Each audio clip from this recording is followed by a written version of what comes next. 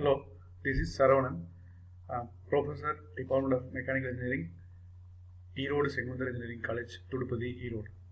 Here in this video, we can see about properties and applications of materials in material science world. Before entering this properties and applications of material, let me have a look into that some categories of materials. So materials are categorized into metals, polymers and ceramics. So in these three kind of materials comes under the two category, that is ferrous and non-ferrous materials. So ferrous materials means material having iron content, that is Fe, and material does not have an iron content, that is called non-ferrous materials. So name itself, it shows that having iron content is called ferrous material, and material does not have iron content, that is called non-ferrous materials. So anyway, all the materials comes under the one umbrella, that is called category of materials, that is metals, polymers and ceramics. So in this metals having definitely it says that it's having a iron and non-ion. In this metals umbrella, it's having a ferrous and non-ferrous. So ferrous materials, for examples of ferrous materials are steels and cast iron, and non-ferrous materials examples are we are using day-to-day applications, that is aluminum, copper, nickel, manganese, cobalt, aluminum and its alloys, copper and its alloys, stainless steel. So there are so many materials we are using day-to-day applications. And first we look into the first category, that is called ferrous materials. So in this ferrous materials is classified into steels and cast iron. Steels having low alloy, high alloy and medium alloy, and high alloy it contains stainless steel and tool steel. So this is majorly used. Stainless steel we are using cooking utensils and day-to-day applications we are using stainless steel. Tool steel we are using cutting tools and other tools we are using, that is called tool steels. So in this ferrous materials comes under the categories of steels.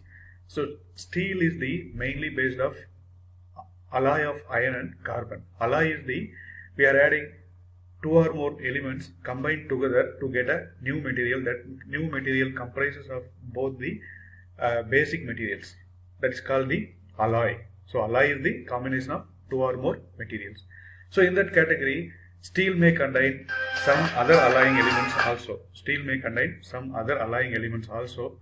So this is alloy of iron and carbon. So we are having several combinations of several grades of steel material is available in our day-to-day applications. In that low alloy, high alloy and medium carbon alloy also.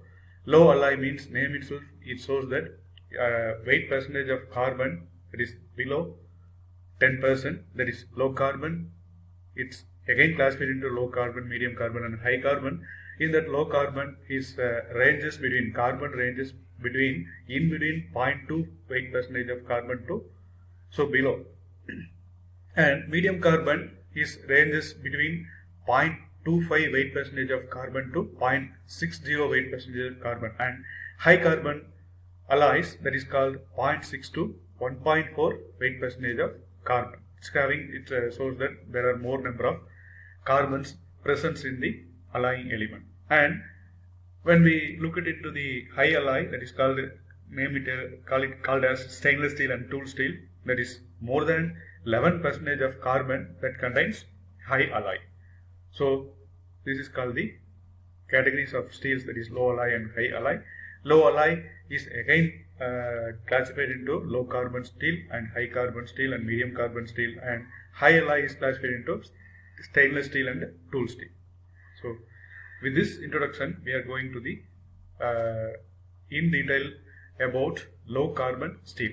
So in this low carbon steel, that is again it's classified into plain carbon steel, and this is name itself, it shows that low carbon. So it's very low content of alloying elements and small amount of magnesium. So other than that, it's called as the plain carbon steel. So it's the most abundant grade of steel, that is low carbon steel, is greatest quantity produced. So because it's mostly available and we have to produce more and more, and also its production cost when compared to other carbon elements, production cost is least expensive. So cost expensive also.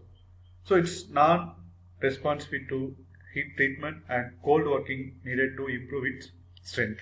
So because of its heat treatment property, we need a cold working. So that's why we go for these kind of plain carbon steels. When we look into the low carbon steel, it have another very good working property, that is called very good weldability and very good machinability. So with these applications, we are using these kind of low carbon steels.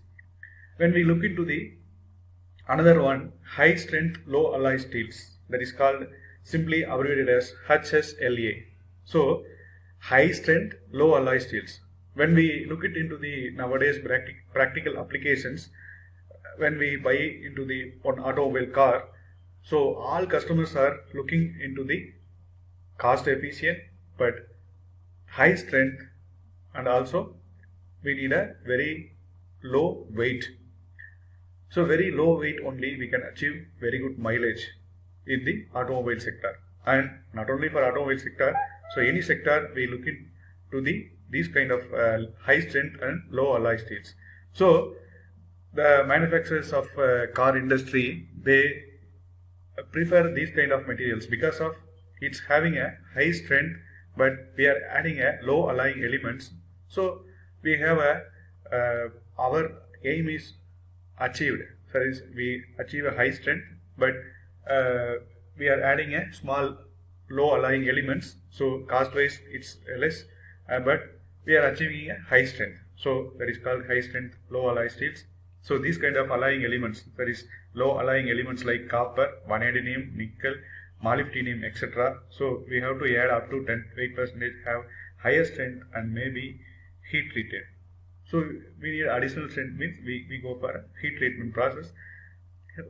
What is the heat treatment? Heat treatment is the heating and cooling of a material to obtain a desirable property. So when we heat into the material up to particular period and we look it into the change the properties of the material, that's why we go for a heat treatment process.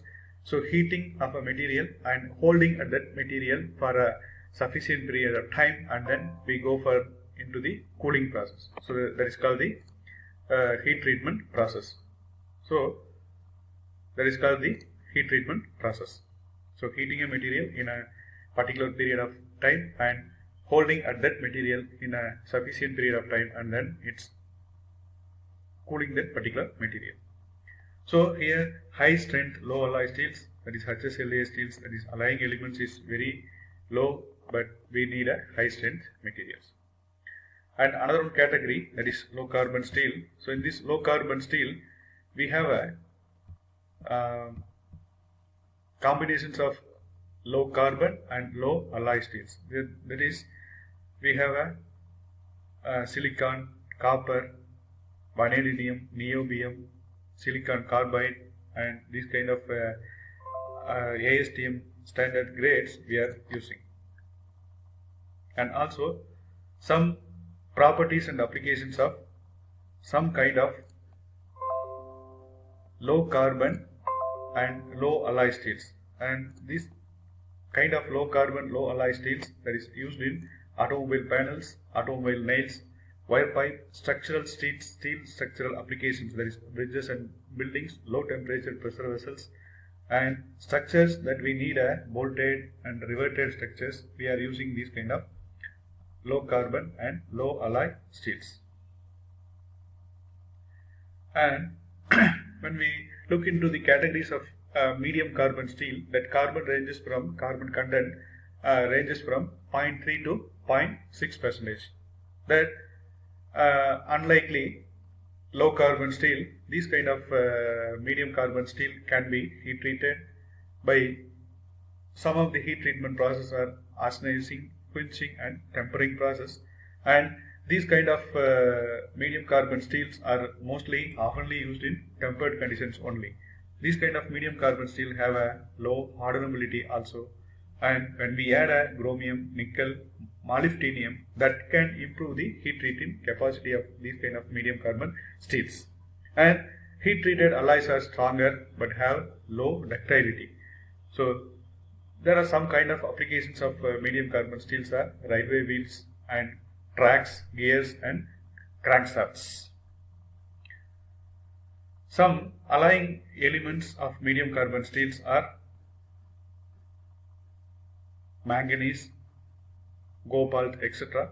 And when we look into the high carbon steel, in this kind of high carbon steels, that carbon content ranges from 0.6 to 1.4%. So in this type of high carbon steel, that carbon content provide high hardness and high strength, that hardest, and also it should be least ductile. And these high carbon steels are used in hardened and tempered conditions. So here strong carbide forms like chromium, vanadium and titanium that could be added as alloying elements to form carbides of these kind of high carbon strengthened materials. So these kind of high carbon steels that is used in a tool and die steels, that is owing to the high hardness and wear resistance property. When we look into some composition and applications of tool steels are typically used in drills, saws, lathe and planer tools, punches, cutlery, drawing dices, shear blades, cutting tools, pipe cutters, concrete drills, blacksmith tools. So these are some applications of tool steels. And when we add alloying elements, alloy is we are adding one or more element to form a new material. That new material comprises of properties of both adding elements. So that is called the alloy. Alloy is the adding some more element to the basic material. So when we add an alloying element to steel, what are the effects? What are the changes? What are the properties? So what could be steel may be after adding alloying element. So first of all, we add a manganese to steel. What will happen? So when we add a manganese to steel, it strength and hardness that could be improved, and ductility also improved, weldability also improved, and hardenability of the steel is improved when we add a alloying element of a manganese to steel. And when we add a phosphorus to steel, it could increase the strength and hardness and also decreases the ductility, notch, impact, toughness of the particular steel material. Likewise, when we add a sulfur to the steel as an alloying element, sulfur decreases the ductility and notch, impact, toughness, and also weldability decreases. So it should found in the form of some sulfide inclusions. Likewise, we are adding a silicon as the alloying element of steel. After adding a silicon to the alloying element of steel, and silicon is the deoxidizer, and that is used in steel making. So in low carbon steel, silicon is generally is to find the surface quality also. And another alloying element, that is when we add a copper to steel, we get a hard working steel. It is beneficial to corrosion resistance also. When another one, when we add a nickel to steel, we are getting a increased strength and increased hardenability and impact strength of the steel. Likewise, when we add a molybdenum to steel, that molybdenum increases the hardenability of the steel material, and also it enhances the grip resistance of low alloy steel. So These are so in this effect of adding alloying elements like manganese, phosphorus, sulfur, silicon, copper, nickel, molybdenum. So these kind of elements, alloying elements, when we add into the steel, it could increase the strength, hardenability, ductility, and impact strength, and also it should increase the strength and hardness of the steel material, and it should be reduce the corrosion resistance and improve the hardenability of steel, and it's the decrease the ductility, notch impact of the particular steel element, and also it act as a deoxidizer, and it will increase the hardenability, grip strength, and other strength and hardness of the material. So these kind of applications when we adding these kind of alloying elements to steel. So after adding these kind of alloying elements, definitely the properties of the material could be changed. And when we look into the stainless steel, name itself it shows the stainless steel. It's the one kind of category of steel that contain at least 11% of chromium is there. Its stainless steel shows the extraordinary corrosion resistance due to the formation of very thin layer of chromium oxide on the surface. So because of this chromium oxide thin layer of the formation of this particular surface, it should exhibit a extraordinary corrosive resistance of the material. So it's called as the stainless steel. We have a different kinds of stainless steel, that is ferritic stainless steel, martensitic stainless steel, austenitic stainless steel, precipitation hardening stainless steel, and tubeless stainless steel. In this main category, that is stainless steel, the formation of steel surface on the Cr2O3 layer. So apart from this Cr2O3 layer, we have a ferritic stainless steel that is composed of alpha ferrite, that is body centered cubic structure alpha ferrite, composed of stainless steel that is called the ferritic stainless steel. And martensitic stainless steel, it could be easily heat treated, and austenitic stainless steel is having a alpha gamma phase field that could be extended to room temperature, and this is also most efficient corrosive resistance. Precipitation hardening stainless steel is the ultra high strength due to this kind of hardening process. And another kind of stainless steel that is called tubeless stainless steel. It's the tubeless stainless steel is the both the combination of ferritic and austenitic. So combination of both ferritic and austenitic is called the tubeless. So we look into the some composition and properties of some stainless steel that is given in the next slide. That is annealed stainless steel and precipitation hardened stainless steel. So this kind of stainless steel having ultimate tensile strength of, that's AISI, American Society of Testing of Materials, that's gives the AISI number and UNS number, and this 409, that is called the 0.08% carbon and 9% chromium, 1% manganese, 0.5% nickel, and 0.75% of titanium. So this composition, this weight percent composition is called the 409 AISI number, and condition is annealed, and ultimate tensile strength is 380 megapascal, and yield strength is 205 megapascal, and percentage of ductility, percentage of elongation is 20, and these kind of materials are used in automotive exhaust components, tanks, for agricultural sprayers.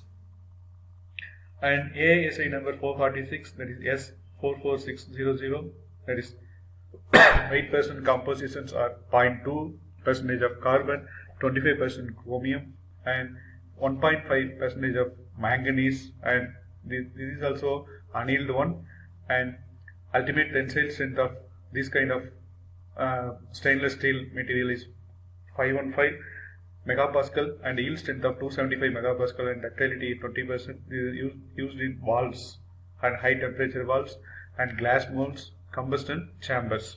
And AISI number is 504 and UNS number is S30400, and composition is 0.08% carbon, 19% chromium, and 9% nickel, and 2% manganese.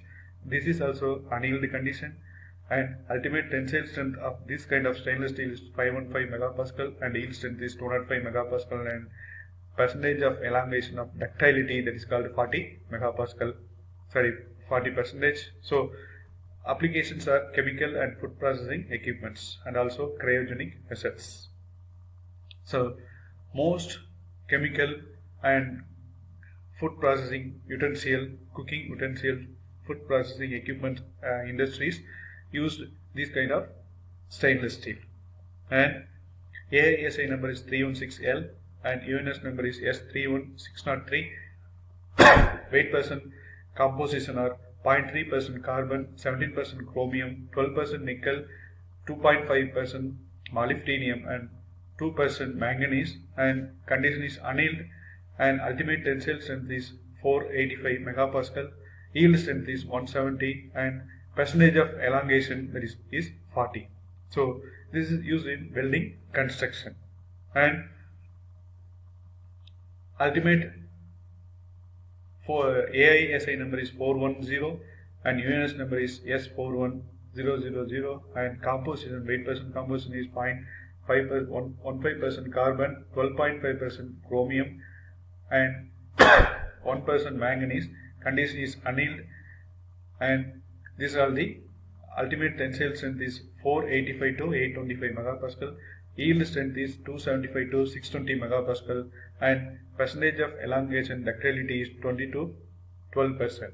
And these kind of stainless steels are used in rifle barrels, cutlery, jet engine components. And AISI number is 440 and UNS number is S44002, and percentage of composition, weight percent is 0.70% carbon, 17% chromium, 0.7% molybdenum, and 1% manganese.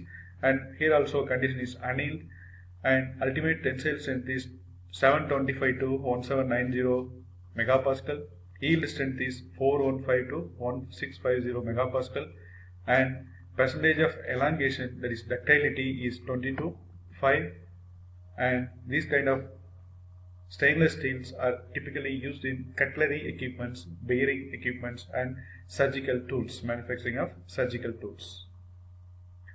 And when we look into the general category of applications of these kind of stainless steels, that is in this engineering, others, tubular products, building construction, electro and electronic components, metal goods, and transportation. So these colors indicate the some percentage of uses in the entire globe. And when we look into the category of cast iron is the carbon content that ranges from 2.1 to 4.5 weight percentage, and another alloying elements like silicon normally 1 to 3% weight percentage. Cast iron having a very low melting point about 300 degrees Celsius, that is lower than pure iron due to the presence of eutectic point at 1153 degrees Celsius to 4.2 weight percentage of carbon. When we look into these kind of categories of cast iron, when we look into the iron carbon equilibrium diagram, that is above 2.1 to 4.5 weight percentage is called the cast irons. So here cast iron having a lower sinkage and good fluidity and also casting ability. Types of cast irons are grey cast iron, white cast iron, nodular cast iron, malleable cast iron, and compacted graphite cast iron. So in this first category of cast iron, that is grey cast iron. So in this grey cast iron that contain graphites in the form of flakes That another name of cast iron after its gray fractured surface. That is, carbon ranges from 3 to 4%, silicon ranges from 1 to 3%. When we look into the microstructure of cast iron, that contains graphite flakes in a ferrite or perlitic matrix. So it's graphite flakes that's weak in brittle and another tension also. These kind of cast irons are stronger in compression property, and this kind of cast iron having excellent damping capacity, wear resistance also. This microstructure modification by varying the silicon content and cooling rate. So when we add the silicon content and when it is cooled, this microstructure is modified, and this kind of cast iron, the shrinkage is very low. So this is the metallurgical microscopic image of cast iron. Gray cast iron. When we go for another category of cast iron, that is nodular or ductile cast iron. So in this kind of nodular or ductile cast iron, when we add a manganese or cerium to gray cast iron, that gray cast iron converted into graphite flakes due to the nodulus. So this is normally looks like perlitic matrix. The casting are stronger and much more ductile than gray cast iron, as the stress concentration points that existing at the flake tips that could be eliminated. This is the scanning electron microscopic, turning electron microscopic, metallurgical microscopic image of the cast iron, nodular or ductile cast iron. And another category of cast iron, that is white cast iron. In this white cast iron, that is carbon ranges from 2.5 to 3 weight percentage, and another allying elements of silicon, that silicon ranges from 0.5 to 1.5 percentage. And this kind of cast iron, mostly carbon is in the form of look like cementite, and after this formation of cementite, it should be named as white fractured surface. And this white cast iron contains perlitic cementitic structure, and thickness variation may result in the non-uniform microstructure in the form of variable cooling. And this kind of white cast iron having a very hard and brittle one, and it's used as an intermediate that produced to malleable cast iron. So this white cast iron is used to produce the intermediator between another cast irons, and when we produce malleable cast iron with the help of white cast iron. So this is the metallurgical microscopic image of white cast iron. And next we go for white malleable cast iron. So we are already told white cast iron is the base of producing malleable cast iron. So malleable cast iron contains carbon content ranges from 2.3 to 2.7 weight percentage, and silicon ranges from 1 to 1.7 percentage, is obtained by heat treating of white iron for a prolonged period that create a decomposition of cementite into graphite.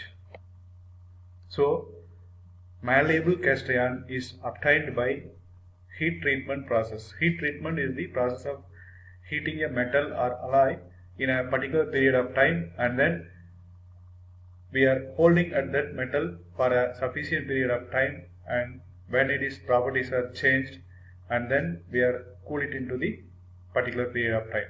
When we heating a material in that particular period of time and holding at that material in the sufficient period of time and then cooling, that is called heat treatment.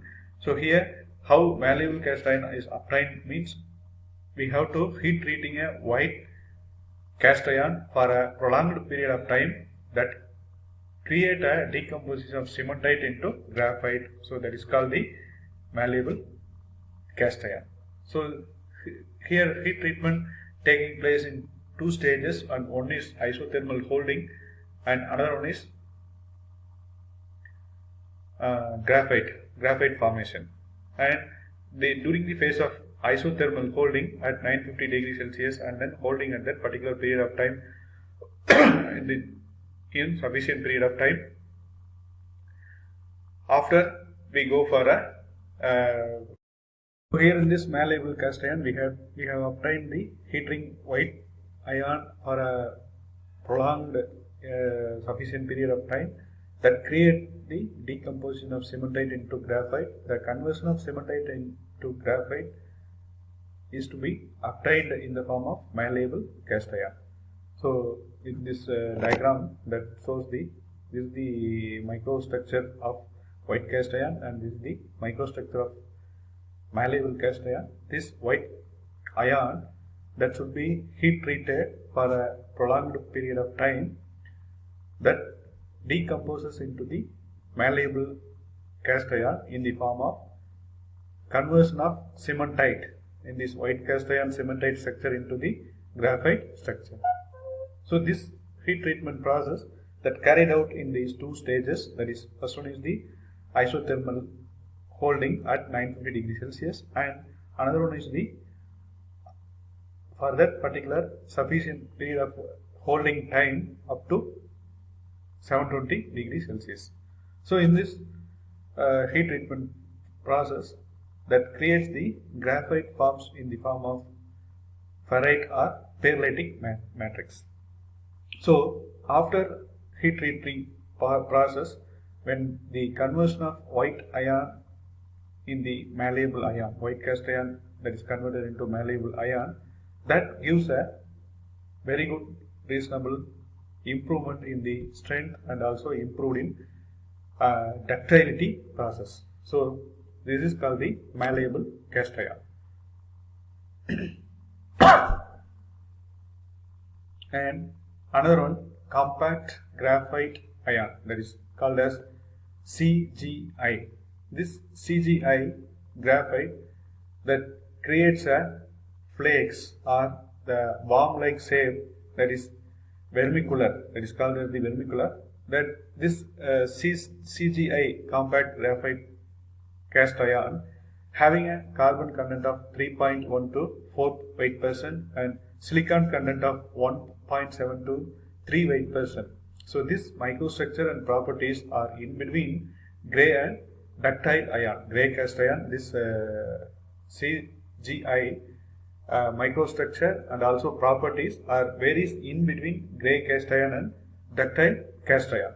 So these allying elements, allying additions may needed to improve or also minimize the sharp edges and also formation of spheroidal graphite.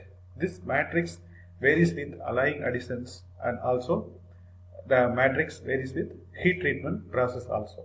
So this kind of castable as a gray iron and this compact graphite iron is the having a higher tensile strength and some ductility when compared to other cast irons. And this is the microstructure of graphite compact iron CGI, that is it's having a relatively high thermal conductivity, good corrosive resistance and good resistance to thermal shock, thermal absorption and low oxidation at the elevated temperatures.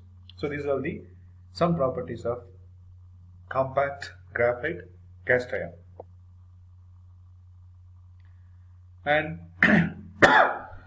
when we go for some applications of cast irons are widely used in properties like good fluidity, ease of casting, low shrinkage, excellent machinability and wear resistance and also the damping capacity. It should be a very good easily machinable property, easily weldable and easily holdable. And some of the applications of in the automobile sector, car components like cylinder head, cylinder block, gearbox cases, manufacturing of cylinder blocks and gearbox cases, etc. In the field of piping applications, manhole lids and other lids, and foundation for big machines and good. Because of we are using the cast iron, it's having a very good damping property. And in the areas of bridges, buildings, cooking utensils, because of we are using cast iron, we can get a excellent heat retention property. So that's why we are using these kind of cast irons in a cooking wares. And when we look into the non-ferrous metals having Cu alloys, copper alloys like brass, bronze, and uh, brass, bronze, Cu, Be. That is brass like brass means copper and zinc alloy. It's after adding copper to zinc, we are getting a good corrosive resistance, and this brass that is used in the customized jewelry and coins. And bronze, that is like bronze with aluminum, silicon, nickel, we are getting a CuB, that is brass for bronze, is we are getting precipitation, after precipitation hardening, we are getting a brass for bronze that is used in leading gear and bushings.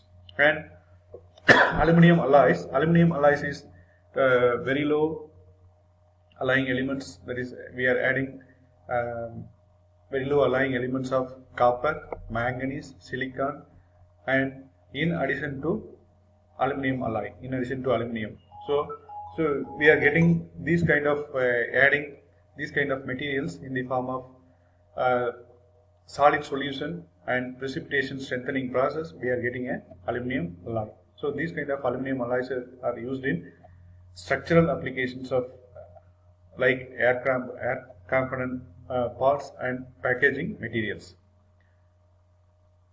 In non-ferrous material like titanium alloys are used in space and biomedical applications, and noble metals like Ag, Au and Pt. These kind of noble metals are used in oxidation and corrosion resistance properties, and magnesium alloys are ignite easily. The magnesium alloys are used in aircraft missiles. Refractory metals like niobium, molybdenum, tungsten, etc. So these are the some kind of non-ferrous metals. And we are well-known non-ferrous metal is copper. Copper is one of the earliest metal discovered by man. So copper is extracted from copper ore. So anything we are getting in our universe, so we are getting copper in a hillside, and copper ore, we are extracting the copper from copper ore, and after some purification process we are getting a copper. The boilers are on early steamboats were made from copper, and copper tubing that is used in water plumbing in pyramids that was found in serviceable condition after more than 500 years. So look like the history of copper. So copper is one of the earliest metal, and copper is a ductile metal. Pure copper is soft and malleable. Pure copper is difficult to machinable and very high electrical conductivity. So copper having a very good electrical conductor, and then only next we move into the silver, and copper is redefined to high purity for many electrical applications. There are a lot of applications that should be we are using in the copper, and copper having an excellent thermal conductivity, so heat resistance capacity, and that's why we are using these kind of copper materials in cooking utensils. So our day-to-day life cookware materials, we are using copper materials, and in present days copper is highly regarded in form of cooking utensils. And the very good property is the fast and uniform heating, that is excellent thermal conductivity, that should having a copper material. And electrical and construction industries are the largest user of copper. Copper is the second largest use of copper, that is probably coins. The US nickel is actually 75% of copper. The quarter, dime and $half coins that contain 91.6% of copper, and Susan B. Anthony dollar, that is 87.5%, that contain 87.5% of copper. The various euro coins are also made of copper nickel, copper zinc nickel, or copper aluminum zinc alloys. When we look into the copper alloys are brass, phosphor bronze, aluminum bronze, silicon bronze, copper nickel, and nickel silvers. Brass and bronzes are most commonly used alloys in copper, and brass is the alloy of copper and zinc. So when we add copper to the zinc, that alloy is called brass. When we add a copper into the zinc, we are getting a brass alloy. When we add copper to tin, copper to aluminum, copper to silicon, copper to beryllium, we are getting a bronzes. So other copper alloy families that include copper nickel, nickel silver, that more than 400 copper based alloys that is recognized our day-to-day applications. This is the alloy name, that's alloying element, this is the alloying element, and this is UNS number, and these are the family of copper alloys. Brass is the, when we add a copper to zinc, we are getting a brass. When we add a copper to tin, when we get a phosphor bronze. When we add a copper to aluminum, when we get a aluminum bronze. When we add a copper to silicon, when we get a silicon bronze. When we add a copper to nickel, when we get a copper nickel or nickel silver. So these kind of alloys we are getting, that is bronze, phosphor bronze, aluminum bronze, silicon bronze, and copper nickel or nickel silver. So these are the some copper alloys. First copper alloy, that is brass. Brass, when we add a copper to zinc, we are getting a brass. This is the most commonly used alloy. There's brass that is having a higher ductility than copper and zinc, and this copper alloy is easily castable, and this copper alloy is relatively more very low melting point and more fluidity. The properties of copper alloy, that is brass can be tailored by varying zinc content, and some of the most common brass are yellow, naval, and cartridge. This copper alloy brass, that is brass frequently used to make musical instruments because of its property like ductility and acoustic property. So because of this kind of property, very good ductility and acoustic property, we are using these kind of materials, brass materials in musical instruments. And another alloy of copper is called bronze. This is when we add a copper to tin, lead, aluminum, silicon, and nickel, that is called the brass. After adding these kind of alloying elements, tin, lead, aluminum, silicon, and nickel, that kind of material is called bronze. Bronze is the alloy of copper with tin, lead, aluminum, and silicon. This bronze is one of the earliest alloy that should be discovered as the copper ore, invariably that contain silicon. And its bronze is the stronger than brass with a good corrosion and tensile property. Bronze is easily castable, and bronze that could be easily hard worked, and it's used in cold working also. The wide variety of applications in bronze alloy is the ancient Chinese cast aircrafts, antiflags, and ball bearings, surgical and dental instruments, surgical applications and some dental applications. And another one, alloy of copper with beryllium, that is called the beryllium copper. Beryllium copper is easily heat treatable, and it's having a wrought alloy also.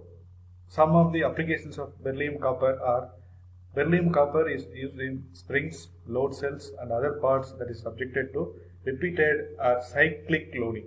These low current contacts for batteries and electrical connectors also, they are using this kind of beryllium copper.